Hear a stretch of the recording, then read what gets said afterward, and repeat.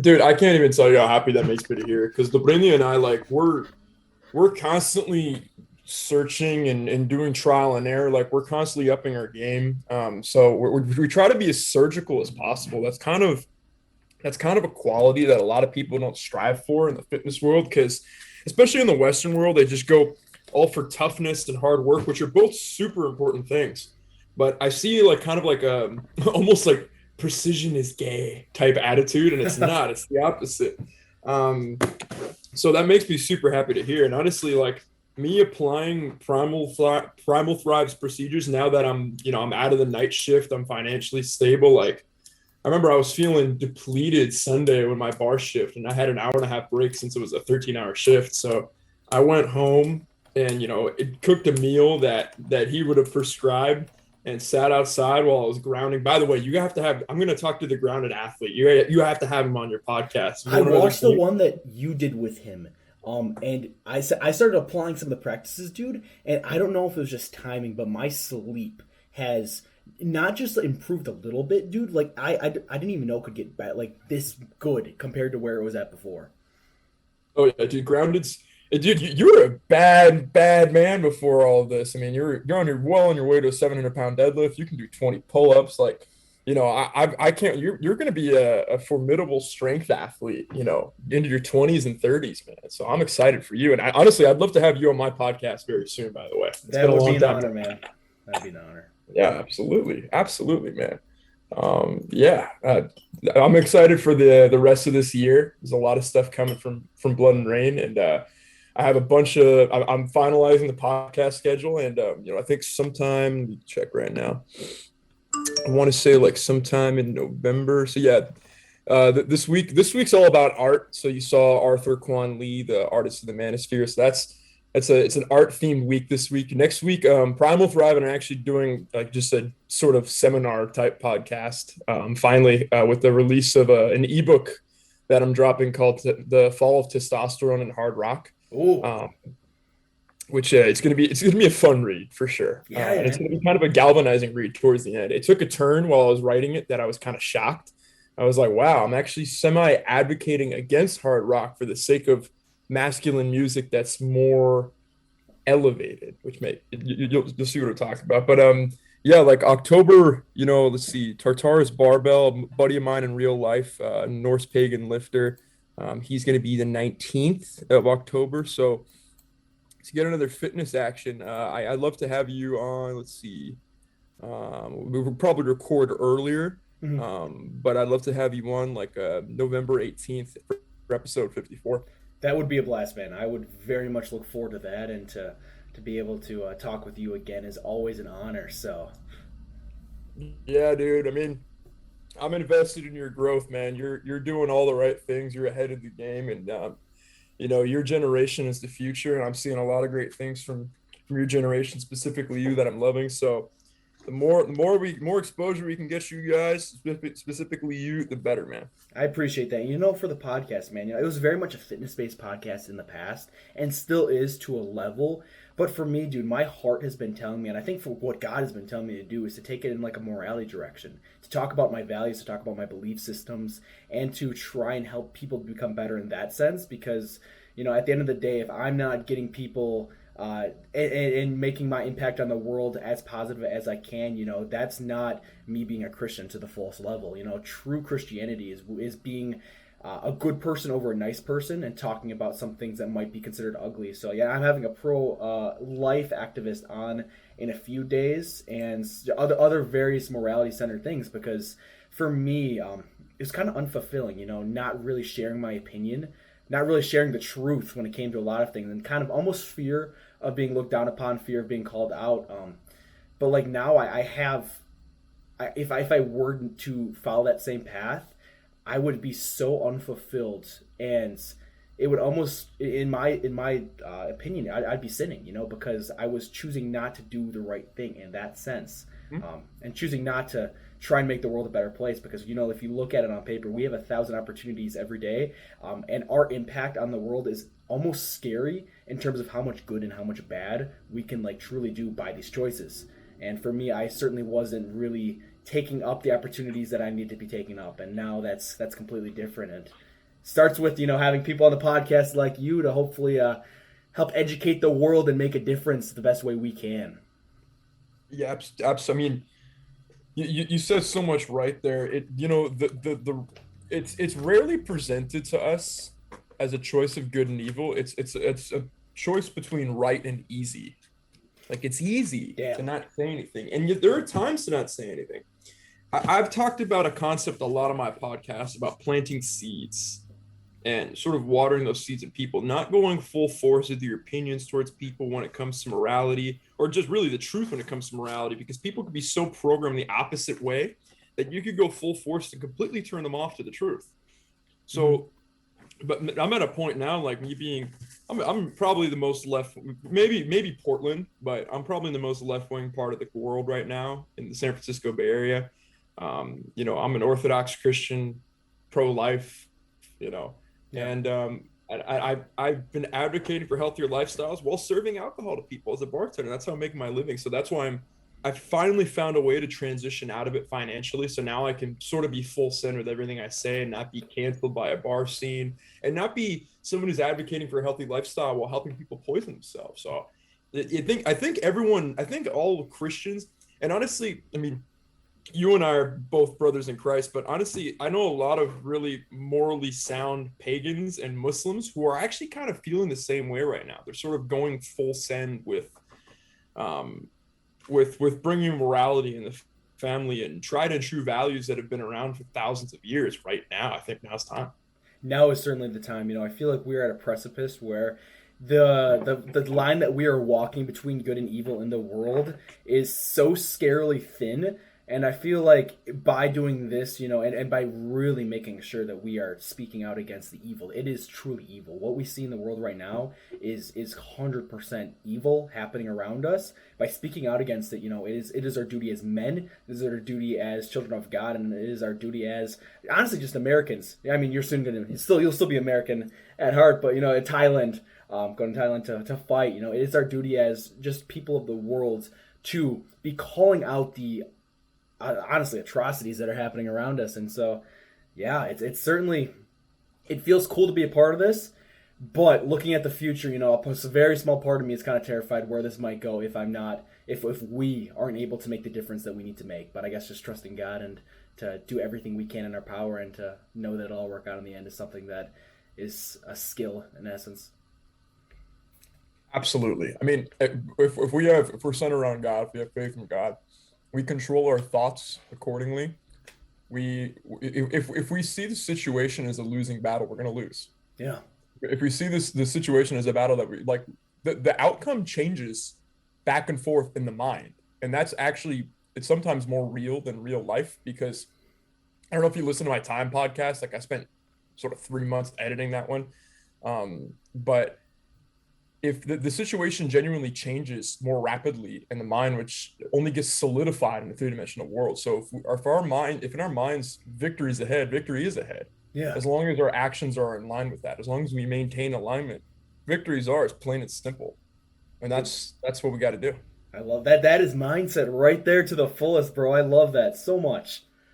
Appreciate Yeah, that. that's something I'm going to write down and reflect on later, because you really just nailed it on the head right with that one right there. Yeah, I mean, the Rob the Grounded Athlete, he kind of gave me the missing link physically for everything I've known in meditation and through hardship, and like the whole New York debacle I told you about the past 3 years. Yeah. When he talked about the matrix in the body and how the matrix actually, through primed thoughts, controls the recovery. It controls all the proteins, all the free radicals. And, the deeper I mean, my Christian journey has been one of a lot of reading and exploring and discovery. And I'm somewhere between an Orthodox and a Gnostic Christian, which is sort of like the mystic Christian traditions. You saw these people who were very, very deep into meditation.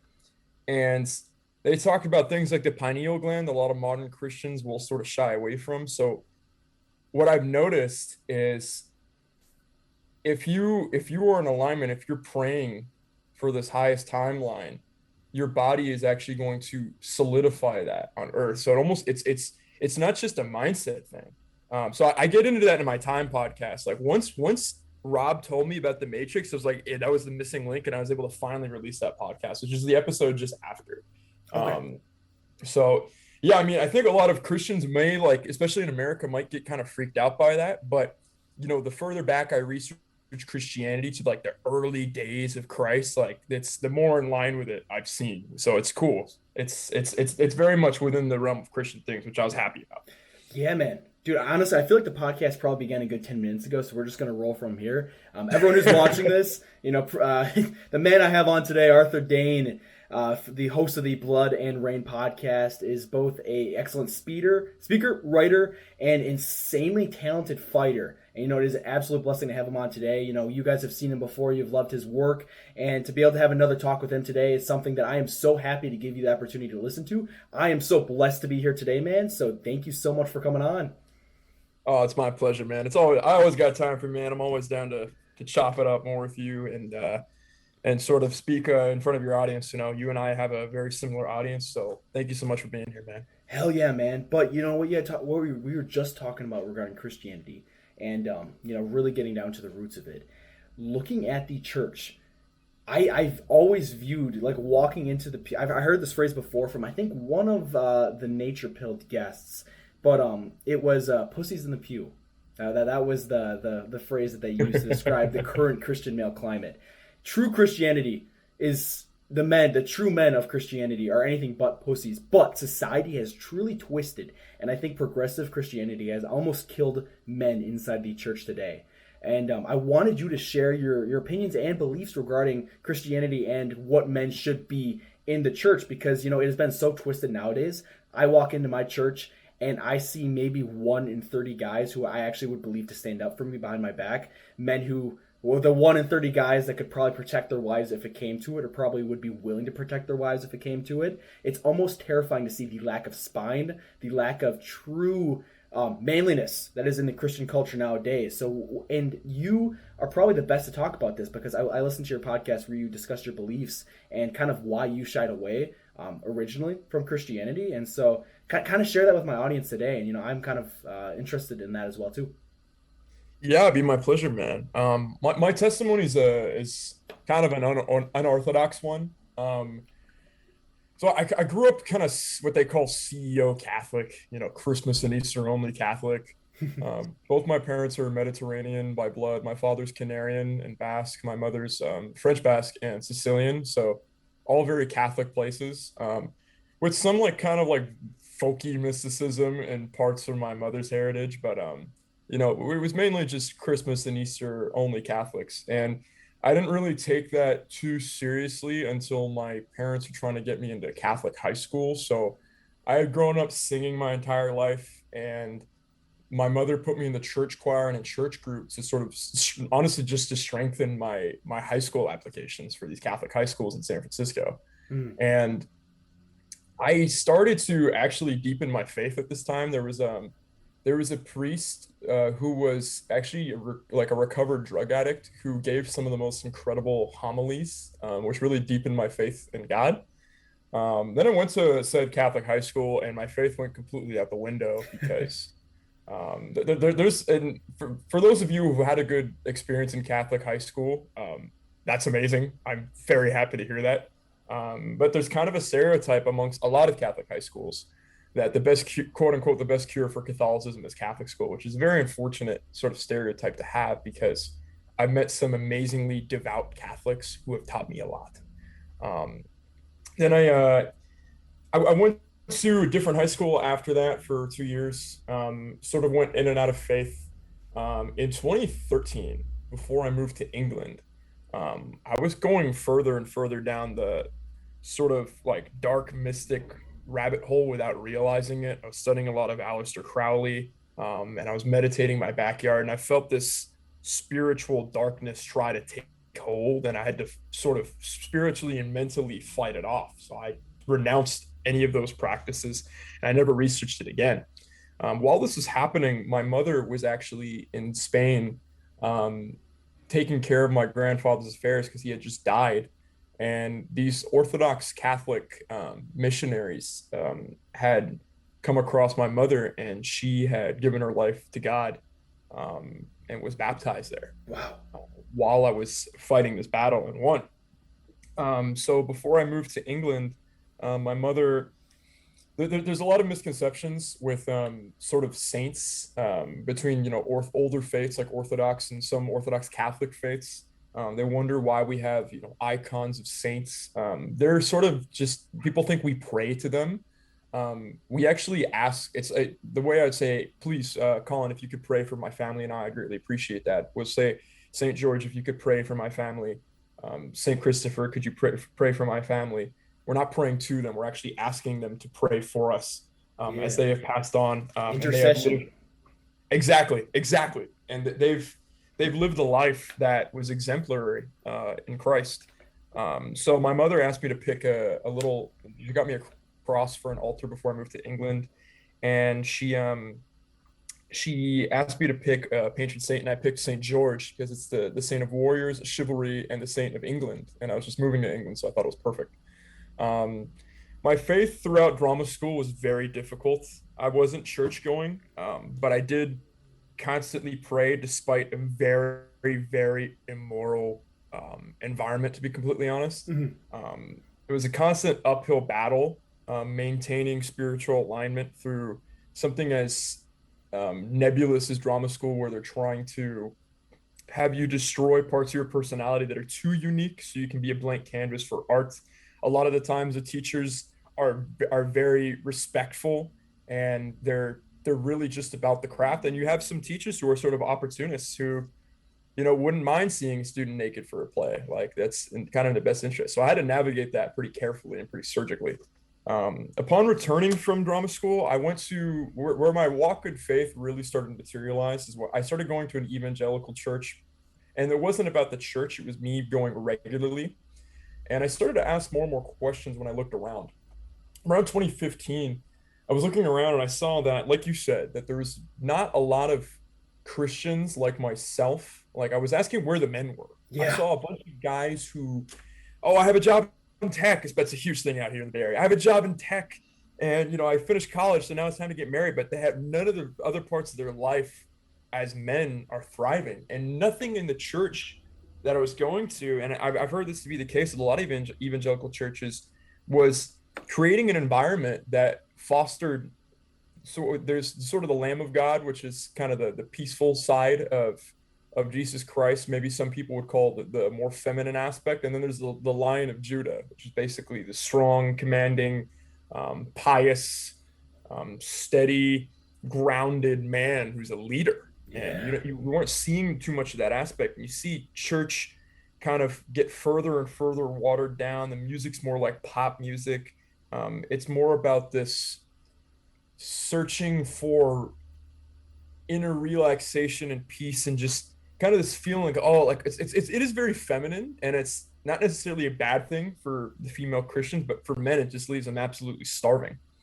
But I started to ask more and more questions, and I noticed that a lot of practice and this and it I keep prefacing with different aspects of the faith, guys, because I'm not trying to dunk on anyone's faith. I'm just saying from my experience. um, I was noticing that in this church there were also a lot of things that weren't really Christian. They were American, they were Western. And I was like, well, I want to truly come across Christianity and its root. And I started researching. I'm like, wait a second. Orthodoxy. Like, Orthodoxy is the longest standing church since the time of Christ. Like, they've been practicing the same way. They've never had a papal figure. They've never had a Reformation. They've never had, a bunch of these things. So I started to pray for an Orthodox church to go to. I was going to go to a Greek because it was closer. After praying, I got this bit back from God basically saying, no, you need to go to a Russian Orthodox church. And I was like, that's interesting. And I was confused as to why. I didn't even think there was one, and I found one. And I reached out to the priest there. I asked him some questions. I wanted to dress correctly. I wanted to respect the space. I had a lot of questions. And he says, you are welcome at any time. I'm at your service with any questions that you have. Upon arriving at the church, I knew I was exactly in the right place. It felt timeless, it felt elevated, and it felt grounded at the same time.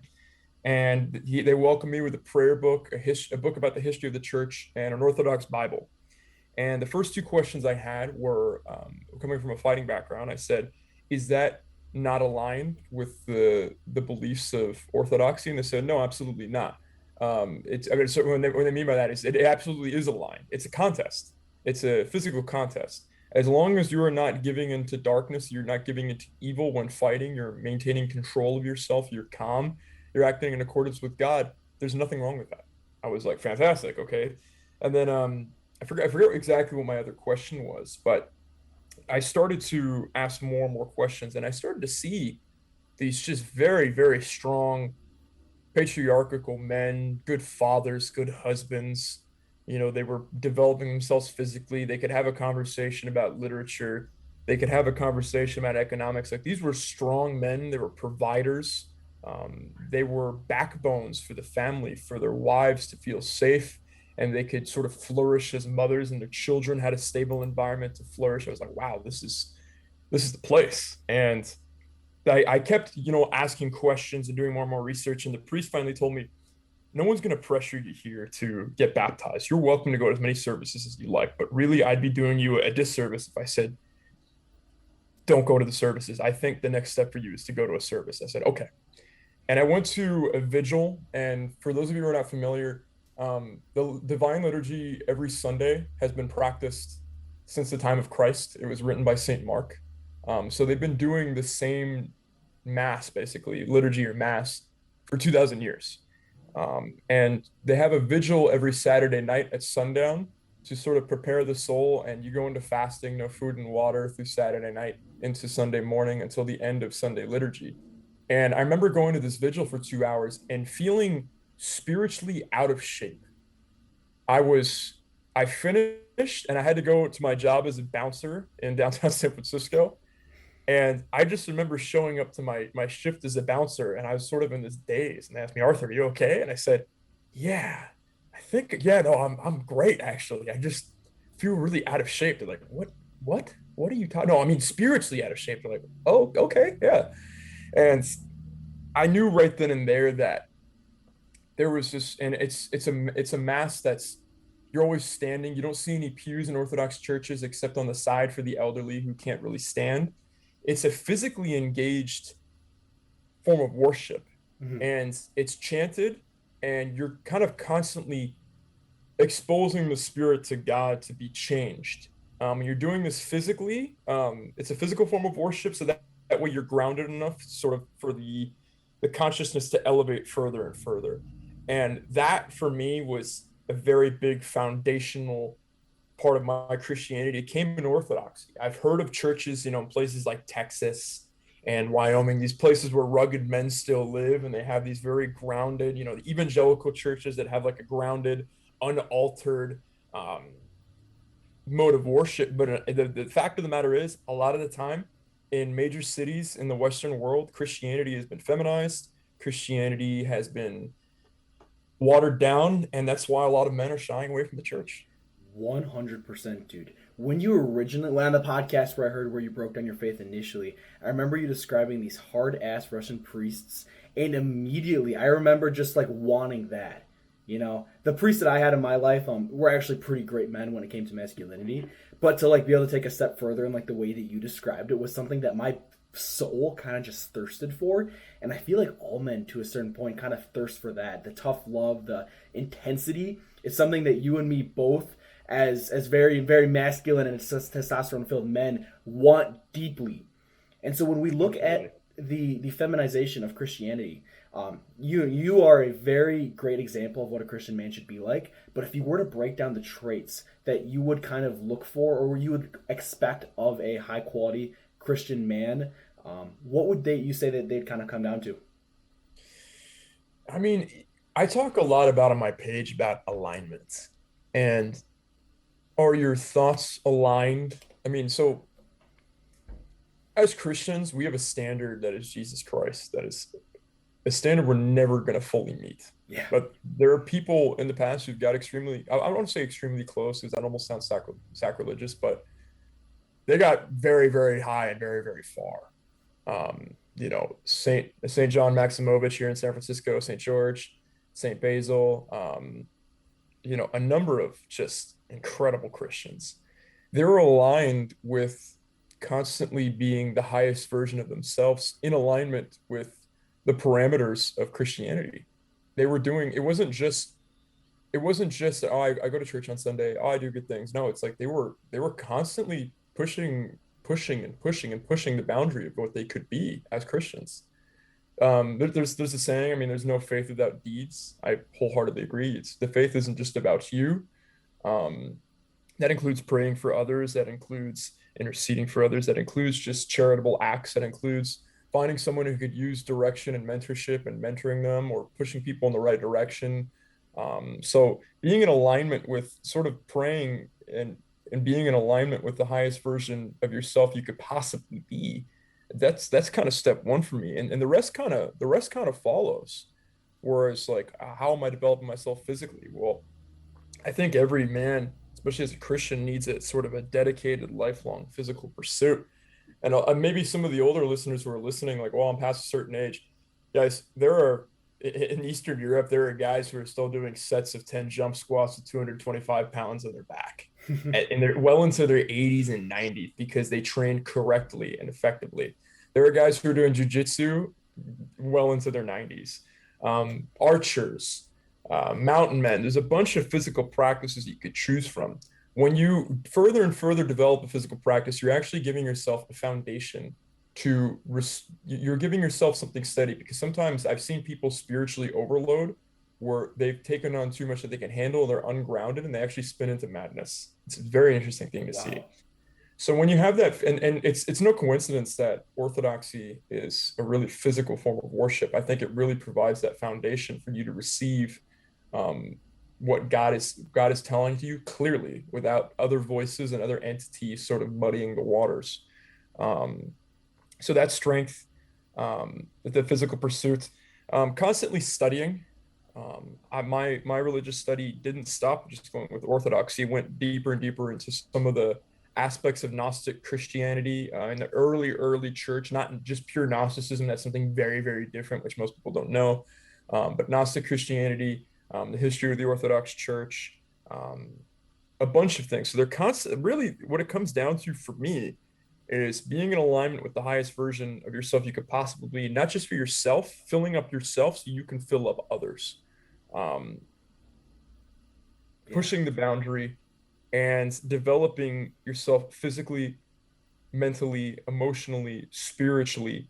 We kind of talk about chemically when we had Primal Thrive with us for that chat, which is in alignment as well. But when you're sort of developing yourself accordingly, you're actually able but to much better serve others. People think it's kind of a selfish thing, and it's not. You're actually equipping yourself to be a better servant for others.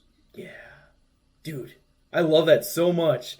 When you broke down the Lamb of God versus the Lion of Judah, it all comes out. So if the similarities between the two, it's love, but love, Absolutely. the love that is between the Lion of Judah and the Lamb of God, isn't a very typical what I think most people describe as love. It's a love that is willing to get ugly. It is willing to see some hard intensity based even violence.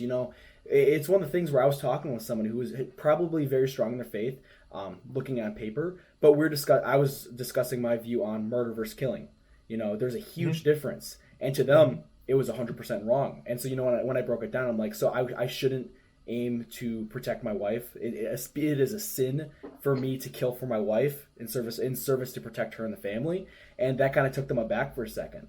And as Western men, we are very much told to be soft, told to be almost unactful when it comes to our actions, told to be silent and just not really move forward in that sense. And I feel like when it comes to being a man, is kind of oriented around violence to a point. Not senseless violence, but violence with a cause. To be able to stand up for those who are oppressed, to be able to work for the protection of wife, family, and just people who can't stand up for themselves. And to see that our culture without that, it's become very apparent that it's exactly what it needs. To be able to tell men that they should be capable of violence is something that immediately comes off to a lot of people as ugly and even, as kind of crazy and murderous. but it's sort of beautiful in the sense that it gives the responsibility in the hands of the people and actual consequences for those who kind of choose to take that away from the people who are working in service of their wife and husband. You hit the nail on the head. Like the kind of the capability, like also if you look at the situation today with men and women, no one's happy with the situation.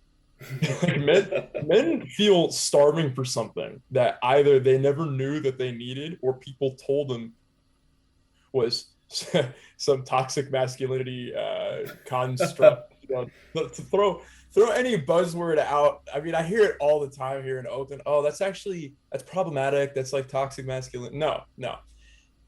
What's problematic is thinking that all of a sudden, when we're in a peacetime era, where a lot of people don't need to struggle, where it's not constantly apparent why we need masculinity, that masculinity for the past, I don't know, 6,000 years has just been this construct. No, the evidence in the history goes completely against everything those people are saying.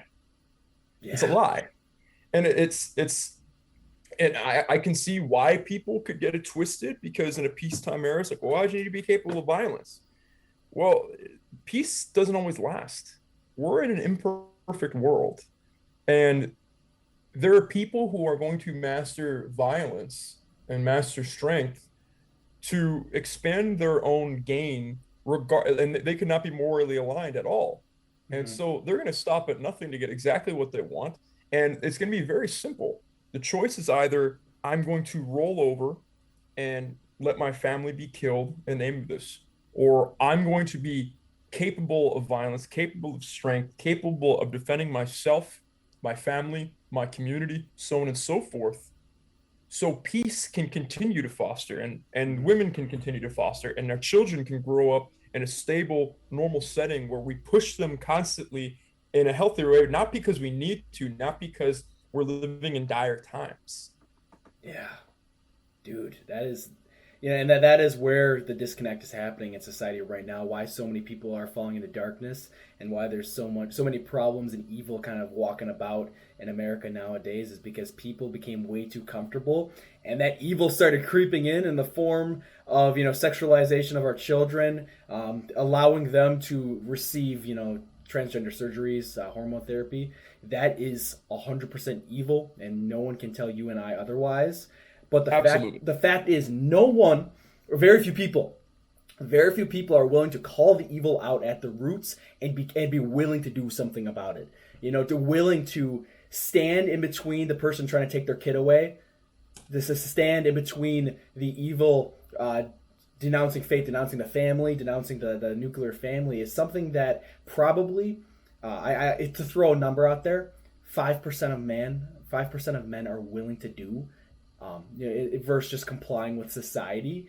And it's frankly disgusting to see the lack of spine. It's one of the things that I look at, and I've always kind of, even before my faith became a sort of a part of me, is one of the things that I would walk into a room and immediately just feel disgust for the people that I was with.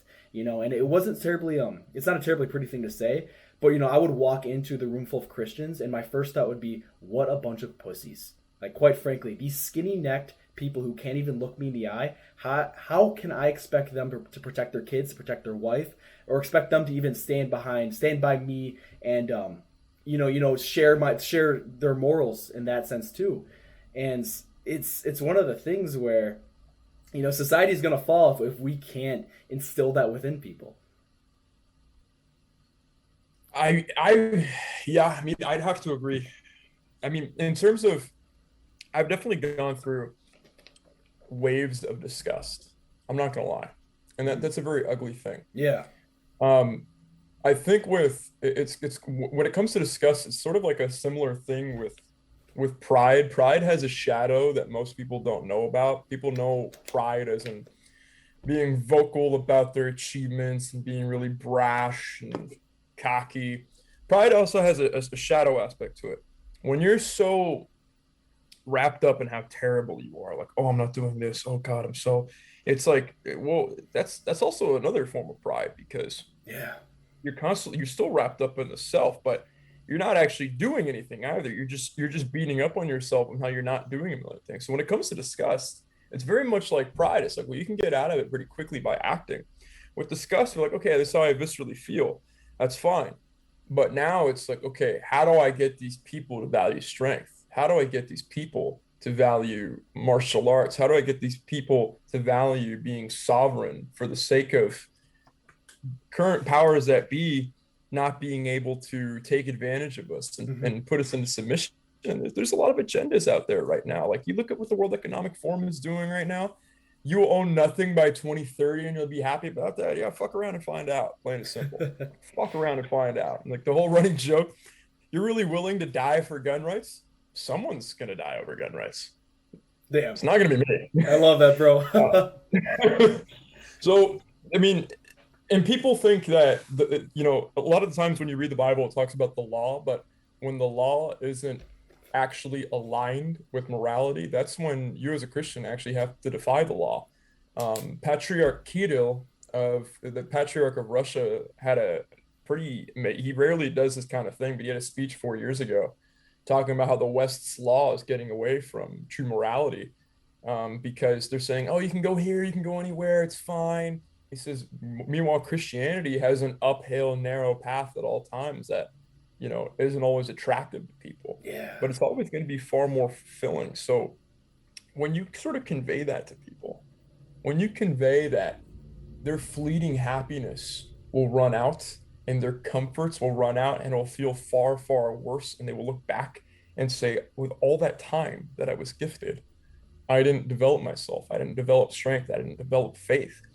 They're going to have this massive regret versus, yeah, every day is going to be pretty painful. But you're going to feel so much more fulfilled at the end of each day. There'll be so much more that you're going to accomplish. You can delay gratification for that little bit. You're going to be so much better off, and everyone else is going to be so much better off. Everyone has a part to play right now in this fight. Everyone. Damn, dude, I love that delayed gratification thing. Is something that it also was something that even before I was a Christian, I kind of viewed with disgust. I mean, I want everything now. That I want that immediate burst of dopamine now. Yeah.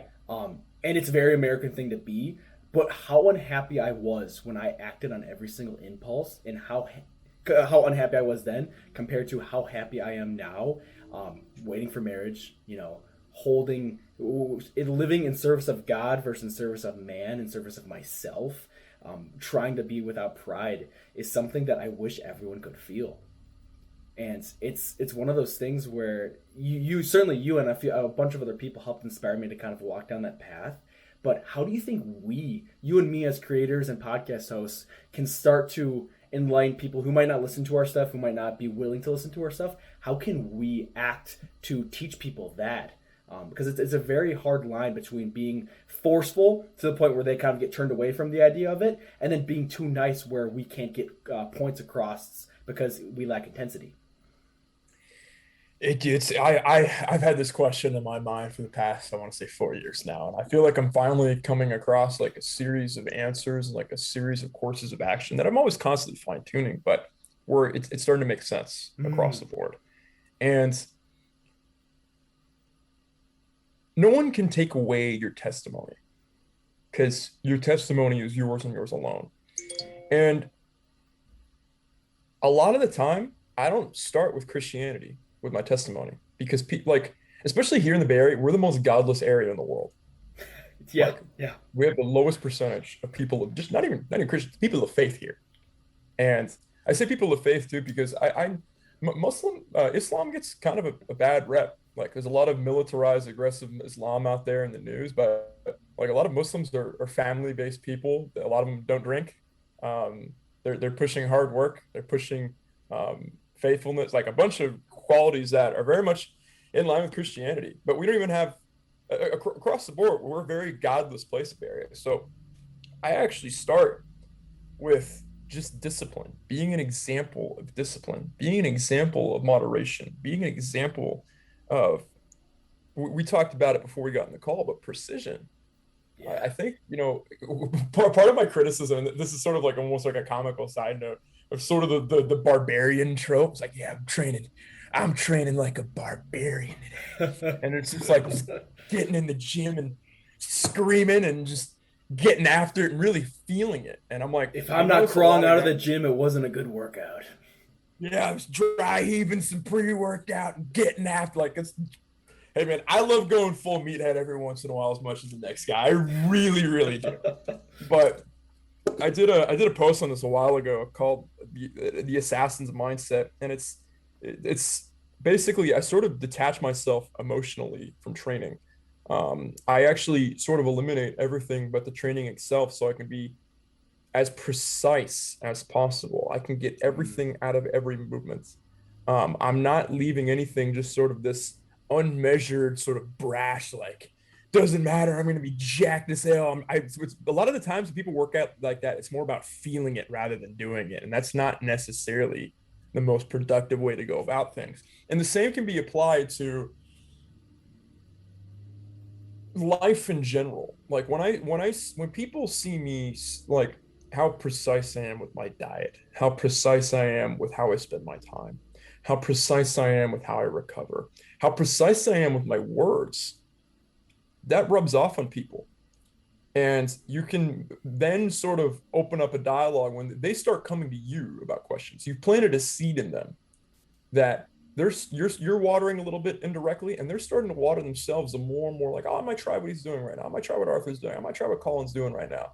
They're seeing more and more benefits, and they'll go back to you and keep asking more and more, and then eventually they're going to open up more and more and ask you some question where you can bring up faith. And I love the way the Orthodox go about this, honestly, because nothing turns off people to Christianity more than the guy in the street corner with the Bible in his hand and a step stool screaming at everyone being a sinner and believe in Jesus Christ and you'll be saved. We're running out of time. Like people have been going about that for like thousands of years and it really hasn't worked all that well. And when it has worked en masse, like, the Puritan times, Jonathan Edwards, sinners in the hands of an angry God, you've had an age afterwards where people completely renounce it and they go into hedonism, and this just it doesn't work. Honestly, it Yeah. doesn't work short term, and if it does, it sure as heck doesn't work long term. So the more you plant a seed like that, the more people are going to come to you for answers. And when the Orthodox Christians talk about Christianity, you come to me, I'm happy to tell you everything I believe. You can take it or leave it. This is what I believe. If you have more questions, amazing. I'm at your service. If not, I understand. Mhm. But they'll always come back. When I was a sober, single barback and bartender who people like I told people like, oh no, I actually I don't sleep around. Like, really? I'm like, yeah. They're like, really? I'm like, yeah. And they started to notice me saying, oh no, thank you, like to girls who were making advances while I was behind the bar. And they started to be like, what's up with that? And I had a to this day a really good friend who's an ex-marine, and he's just like, okay, so you'd rather go to the gym than get laid? I'm like, and I thought about it. I was like, yeah. And he's like, why? I'm like, all you guys are in this lust brain junky state that saying, I gotta get my next lay. Oh God, I gotta get my next lay. And you're not developing as men. Yeah. Like you're actually kind of substance abusing in a way, but it's a substance abuse way that's been so normalized that people don't know how to begin to correct it. And I remember when I became roommates with this guy, and he thought to this point that I was lying, right? Like he had known me for 9 months at this point, and he said he's like, oh, okay, sure, yeah, I'm sure you don't sleep around, but he thought I was secretly sleeping around like crazy. So I'm getting ready to go to the gym. He says, Arthur, there are some fine ass girls near the pool, and I think you should go say hi. I'm like, oh no, that's okay. I don't do that. I'm going to the gym. And he looked at me with this face like, oh my God, he's been serious this whole time. How? How? And over time, this guy would get into all kinds of girl drama. I rip on him for this all the time. He's like, I'm dating her and her best friend and I'm playing with fire. I'm like, yeah, but you love the drama. You love the drama. You thrive on it right now. But then it all comes crashing down. You wonder what happened. He's like, this is true. One day he came up to me. He says, I'm starting to get your whole no girls philosophy. And he sort of missed the point because for me, I mean, I'm not a virgin. I have, when I wasn't a Christian, I lost my virginity. in the back of someone's car, I felt my soul dim, Yeah. honestly, afterwards. Um, as sex again with a girlfriend I had in England, didn't feel as bad. Um, full disclosure, I mean, when my ex fiance is not a Christian, and we were having sex all the time. I didn't feel as bad because I actually truly loved the person and it was someone I wanted to marry. Yeah. Yeah. Uh, so I was sort of like some semi in alignment because I believe that's between two married people, and she was very much the person I was going to marry.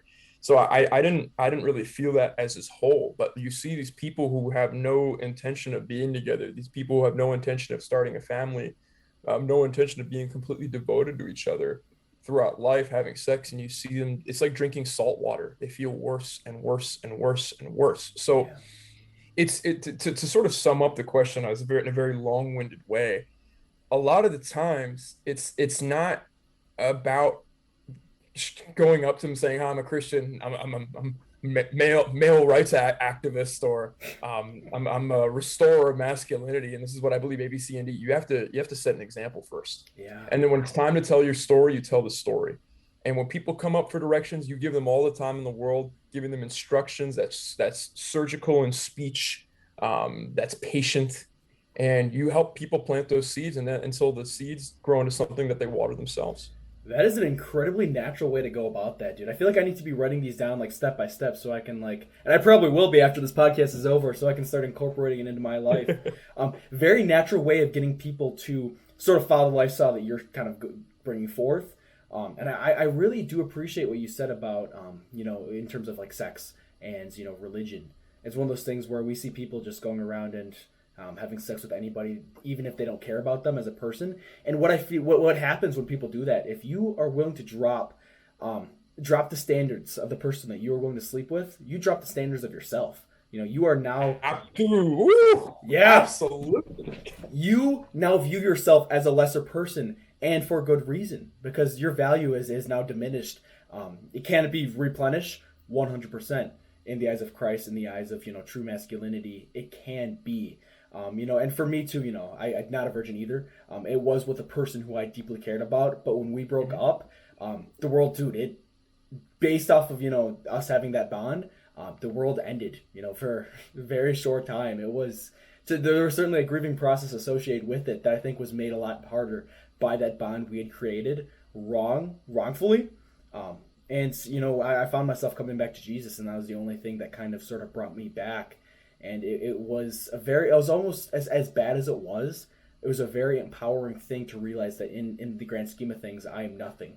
And the only way I'm going to find salvation is through my Savior, and through by acting in the ways that He taught us. And the ways that He taught us, as much based in there of love, it's the love is a very harsh love. Jesus was a man of consequence that you and I are both called to be like, and to set an example for those around us as well too. Which is also a very empowering thing. For men to be told that they cannot be intense, that they cannot bring forth some aggression, right aggression, not aimless aggression, but aggression that is aimed at protecting and instilling within people strength. Is a very beautiful thing to be a part of, and through you and through the movement that we are both a part of, is becoming such a blessing for myself and to be able to give to other people's lives. I mean, dude, you said a wealth of gold right there, man. I mean, when you like, a lot of people think that like for men that they don't have that like you see a bunch of like red pill stuff, right? Like a Yeah, bunch of manosphere stuff about like, well, it's bad for women to sleep around because then they can't pair bond over time, and that, I mean, that's scientifically true. hmm, Like that makes a sense of the world. I've noticed, and I'm going to go on a limb here, but I think a lot of red pill stuff becomes feminism for men. It's just it comes from this air of insecurity of being so frightened of being cheated on and so on and so forth, and they're like they're taking every precaution to like never get outplayed, and it's like every precaution like, yeah, I'm gonna be a pickup artist, I'm gonna sleep with tons and tons of women, and then they get to marriage and they wonder why they can't be faithful husbands because they're looking at every skirt that walks by. yeah, It's a lot of people think that like men that doesn't take a toll on men too, and it does. Mhm. It really does. Sex, like you see this like in more mystic traditions, like in a bunch of other faiths, they talk about sex as an energy exchange. So if you're exchanging energy with someone who's like, oh, let's say this super sexy biker girl walks in and she's super hot, but she abuses drugs and alcohol and does some not so forward facing spiritual practices. If you think you're gonna have sex with that person and not pick up any of that, you are absolutely out of your mind. Yeah. You're absolutely out of your mind. And when it comes to masculinity and aggression, I think a 3 hour podcast breaking this down with Praxis of Man, who's a great writer on masculinity. Oh, yep, yep. We talked about how using your gift of masculinity to like abusing it and being like just exerting aggression over things so things can be easier, like that's actually not masculine. Yeah. Like that's just toxicity. There's no such thing as toxic masculinity or toxic femininity. There's masculinity, there's femininity, and there's toxicity. Damn, dude, right there. You put it such a beautiful way. I fucking got called out the other day because I put on my story. There is no such thing as toxic masculinity, only a lack of masculinity, and right there, you brought that point back. Absolutely, it's just fact. Like if you're abusing your gift of masculinity, that's actually not masculine because that's weak. Abusing a gift is weak, and weakness is antithetical with masculinity. Damn. And people should be taking notes right now, dude. That's some truth right there. Like, again, I just had a podcast with Arthur Kwan Lee, the artist of the Manosphere, and he says at 21 convention that he's going to be speaking on his biggest criticism of the Manosphere, and that it's too based around getting laid. Okay, cool, you got laid. Now what? Yeah. Now what? Now what are you gonna do? Oh, you're gonna think about the next time you get laid. What net positive are you giving to society? What net positive are you giving to the world? Nothing. Like absolutely nothing. That's the greatest achievements of man is never getting laid ever. Like when you look back in time, like maybe in like Hustler magazine or some rock music magazine, they talk about Lenny Kilminster, having sex with 8,000 women, but they only know about him because he's the lead singer. He was a lead singer and the bassist for Motorhead. Like getting laid on its own is never an achievement. Literally. And when you see strong husbands, like they maintain frame, they're steadfast. They maintain frame not because they're trying to keep a woman at bay and keep a woman in line. They're actually providing a stable foundation for a woman to be a woman, and they're providing a stable foundation for their children.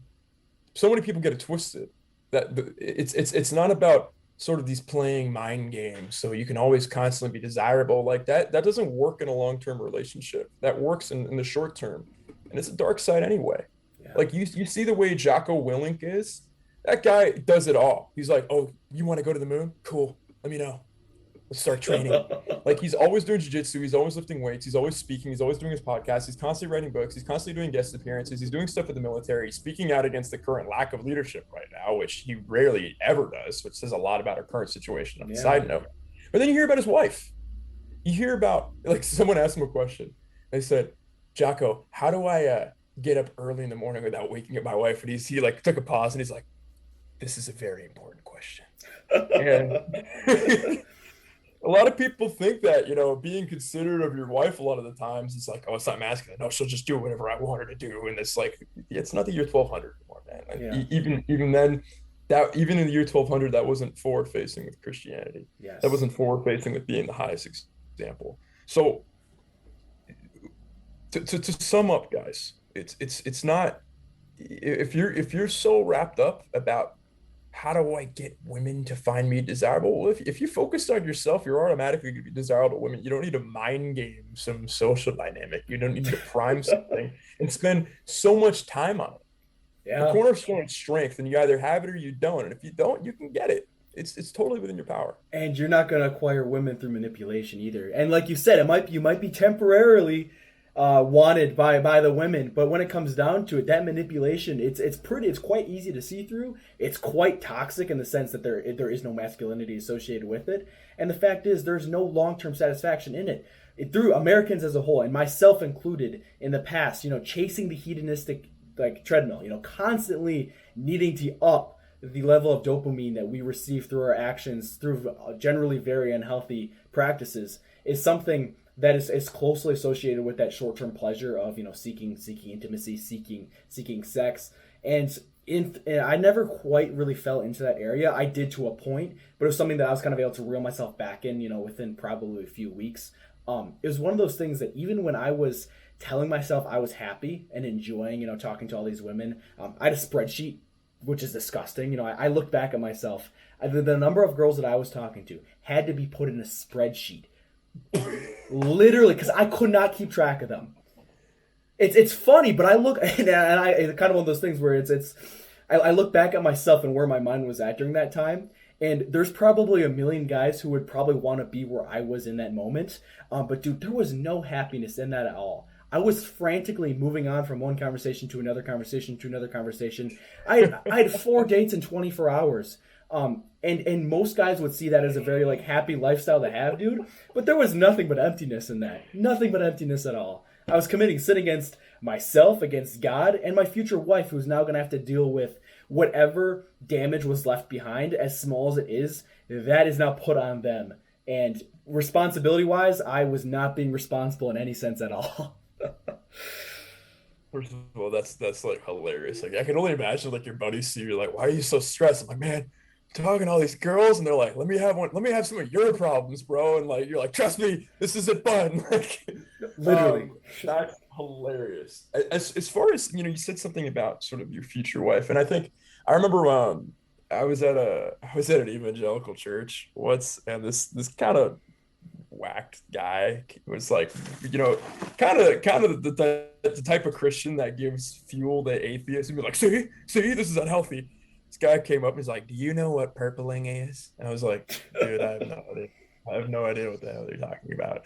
He says purpling is when I'm not even going into it. It's so terrible. It's basically talking about cheating on your future spouse, and I don't necessarily think that's like if you're a Christian, you're dating someone, you kiss them, like it's the world will not stop. Okay, it's not Yeah. gonna be that big of a deal. There's a courtship process, like picking a spouse is a big deal, and back in the day, you'd be like, oh, I have a son, you have a daughter, let's join our houses. Here's a goat, in exchange for whatever, and there's no dating process. But now, I mean, it's actually we have kind of a blessing that's just been abused. Like we actually can go out there and find someone who is is actually a great fit.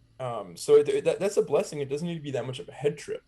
Yeah. In terms of you're talking like sort of preparing the self for marriage. A lot of people don't know that, and this is kind of a touchy subject for people, but I don't shy away from touchy subjects. So Jesus was a part of a very mystic group of Jews called the Essenes, and they were sort of these desert hermits, extremely hardworking, like tireless work ethic. And they weren't anti-marriage.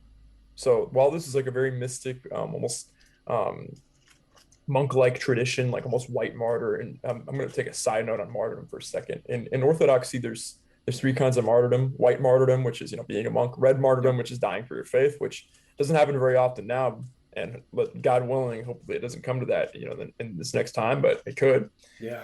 And then there's green martyrdom, which started with Saint Christopher by carrying people across the river. He's this large gargantuan man who asked to serve God to these hermits. They said, fast and spend time in solitude. He says, these are not my gifts. And it said, okay, why don't you carry people across the river? So it was martyrdom through labor. Now the Essenes, this is before Christianity, because Jesus was an Essene. They talked about they weren't anti-marriage, but they wanted you to be so far along spiritually that marriage wasn't going to be a detriment to your spiritual life. Yeah. And I think the more people were sort of oriented on that, the better, because you hear a lot of times that, yeah, I used to be better at this before I was married. Yeah, I used to do this before I was married. Yeah, I used to do this before I was married. It's like, well, what happened? I used to be fit before I was married is something I probably hear 5 times a day at the gym. Don't get me started, bro. Do Yeah. not get me started. Shout out to Tanner Gezi, because he talks about like fatherhood is a call to be stronger, not to be weaker. Like Yeah. you're No doing excuses. the opposite. Um, so that's a complete lie. This whole like I used to do that before I was married. So the problem is a lot of people aren't far enough along spiritually before they get married. They kind of rush into it. And I'm gonna call people out on this too. Like if you're getting married because you want to have sex sooner, you shouldn't get married yet. Just gonna say it. Yeah. You will know when the time is right to be married. And this is coming from someone who was engaged and was ready and had a lot of cataclysm happen, and then we were both no longer ready. Like we regressed, Yeah. plain and simple. And that's really difficult to admit out loud, but that's just what happened. We both regressed to the point where neither of us are ready for marriage anymore. If you're ready for marriage, and there were sort of external circumstances, COVID, she lives in England, I live in California, so we weren't able to see each other for 18 months, and that took its toll, plain and simple. And to the point Yeah. where we both regressed in certain ways and grew in other ways that we weren't ready to be married. Well, you will know when you are ready, though. Like you will be aligned, you'll be relaxed, you'll be steady, you'll be grounded in that fact. It'll feel elevated, and you'll be further along in your growth, far enough along in your growth, spiritually, physically, mentally. Like, okay, I think us being married will actually be a net positive for both of us. Not only will we grow, Yeah. but the joining of this union will be larger than the sum of its parts. And Dude, that you put that in that first of all, that's what I need to hear right now. What you said over the past last few minutes about knowing when you're ready and marrying for the right reason is something that I need to hear right now because sort of the very much hyper productive Colin, what my mind would go is if I'm not moving forward in my relationship, I'm dying. So I was very much jumping the gun when it came because I'm currently in a relationship. I was already planning and stressing over getting married in the future over exactly the wrong reasons as well. So you saying that right now hit very deep with myself and very much was a good way of allowing me to reflect on my own faults in that sense and something that is probably a source of why so many men and why men and women divorce early on to their marriage because if you look at the foundation of their marriage it's not God it's not a God loving marriage. It's not a marriage that is based on love for the other person. It's very much an intimacy driven and non morally right way of going about the partnership, the covenant between God and human. absolutely, and that's really difficult thing to accept, man, because that intimacy can. I'm not going to say it is can be as real as anything. It is real as anything, and sometimes it feels more real Yeah. than anything, and that's the problem a lot of the time. Um, you know, when you get married, like I see this a lot, and I see this a lot in the evangelical church, especially. It's like you both finished college, you both have jobs, so you guys get married or what? It's just like, yeah, what a garbage line of advice. It's like, are you guys can wait, like you can keep it in your pants. I'm sorry, you can't. If you're so hell bent on that, then you're not working hard enough. You're not developing yourself hard enough. Like and I'll take myself an example. I remember I was a best man in a wedding from a very close friend of mine who's evangelical 4 years ago, and him and I were both dating someone in the church at the time, at the same time, and both couples broke up, and I knew that that relationship wasn't for me, but I knew those two were definitely gonna get married. So I said like when they broke up, like I knew it was temporary for them, and I, one of the we'll call her Aubrey. She just comes up and she's like, "Do you hate me?" I was like, "Why would I hate you?" She's like, "Because I broke up with Max." I'm like, "Bro, why would I? I'm not gonna hate anyone for that." And I looked at her. I was like, "He's your husband, though, right?" She's like, I know. I just have some stuff to work on." Oh, that's so funny. That's so She was funny. like, "I know. I just have some stuff to work." I'm like, "Then work on it. Get right, and then you'll eventually get married when the time is right." And I told him the same thing. And this is, well, what about you? And let's call her, I don't know, Sarah. And I said, Sarah and I are not right for each other. And honestly, I'm not the husband guy right now. When I came to Orthodoxy and I read about green martyrdom, that hit me like a ton of bricks with my pursuits in professional fighting and just labor in general. I was just martyrdom through labor. I was like, that's me. And so all the guys listening right now, green martyrdom can be a practice that can be incredibly fulfilling and actually actually really accelerate your growth as a Christian, as a man, as So it's like. so where'd you recommend? Oh, sorry. I apologize for interrupting. But very that's very interesting. The green martyrdom.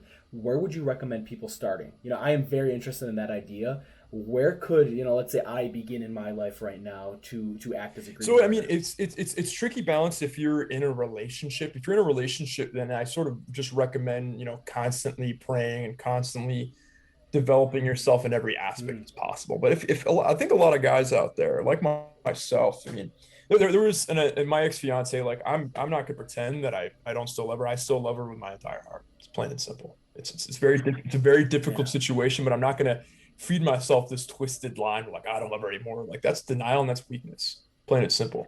But the truth of the matter is now that I'm back sort of in this green martyrdom space. I call it green martyrdom 2.0, to be honest.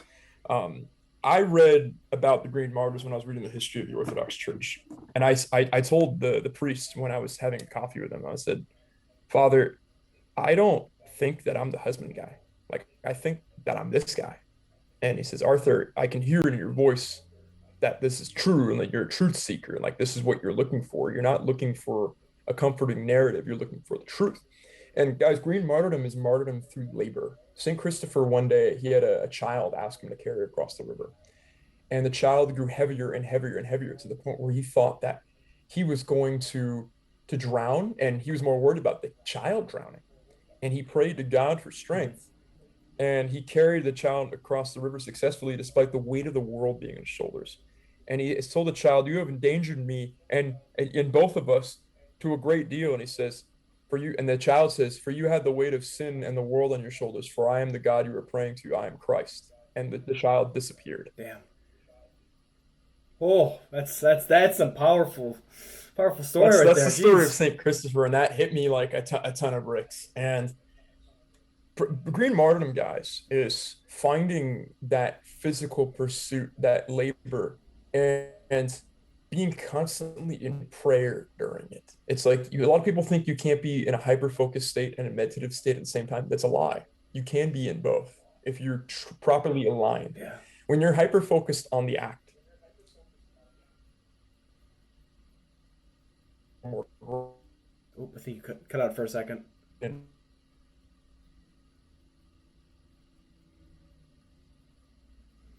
So there, Arthur.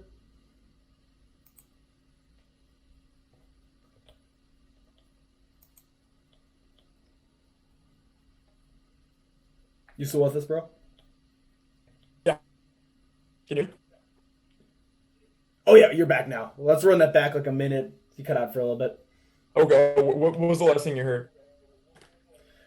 Um, After the story of Saint Christopher, and then breaking down green martyrdom and the hyper focused state. Got it. So, in the hyper focused state, when you're focused on a physical pursuit and you're in that focus, you're providing a foundation for your prayer and meditation to be elevated, and you're really developing yourself in every aspect. And then you can see others who require help. You're more attuned to that, and you can be of service. You can provide more and more strength of service.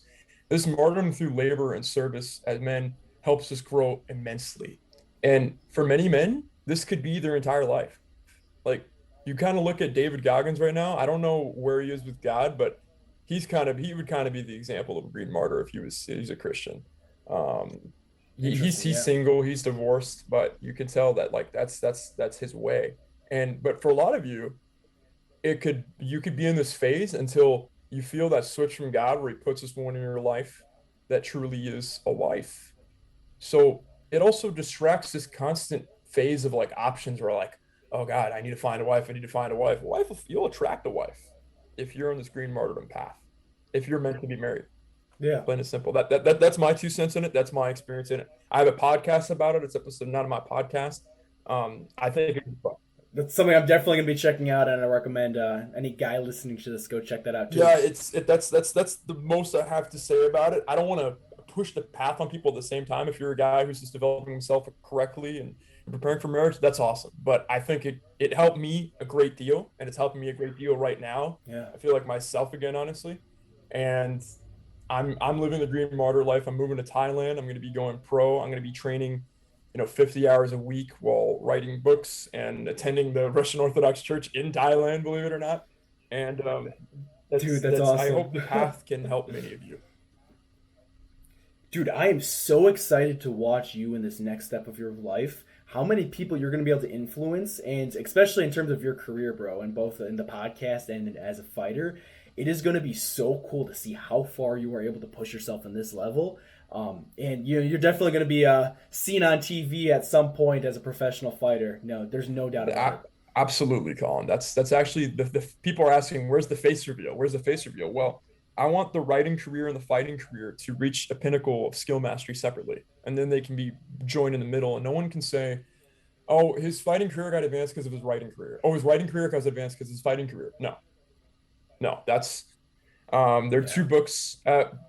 One I might push to next year, the novel that I'm writing, but a poetry book is Yeah. absolutely hard copy being released by the end of this year um, through Blood and Rain Books, which is launching this Thursday. And it's a book Sick. of poetry for men, for masculine men. I'll just leave it at that. Um, and it'll be coming Oh, out in December, just in time for Christmas. So be a nice little stocking stuffer for a lot of people, hopefully. But that's kind of the rallying cry with that poetry book. So I want people, when I fight for Glory Kickboxing, when I become a champion for Glory Kickboxing, then people will see their face reveal. That's plain and simple.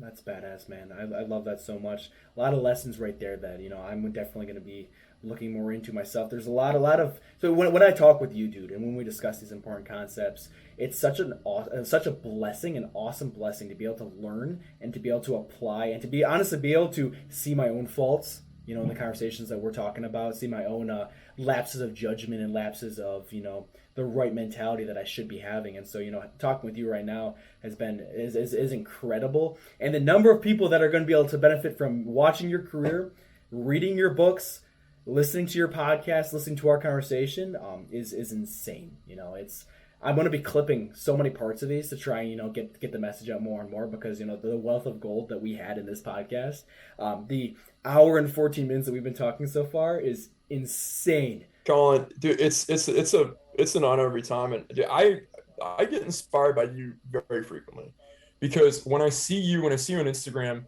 see videos of you doing these ungodly deadlifts, just absurdly strong deadlifts at your age.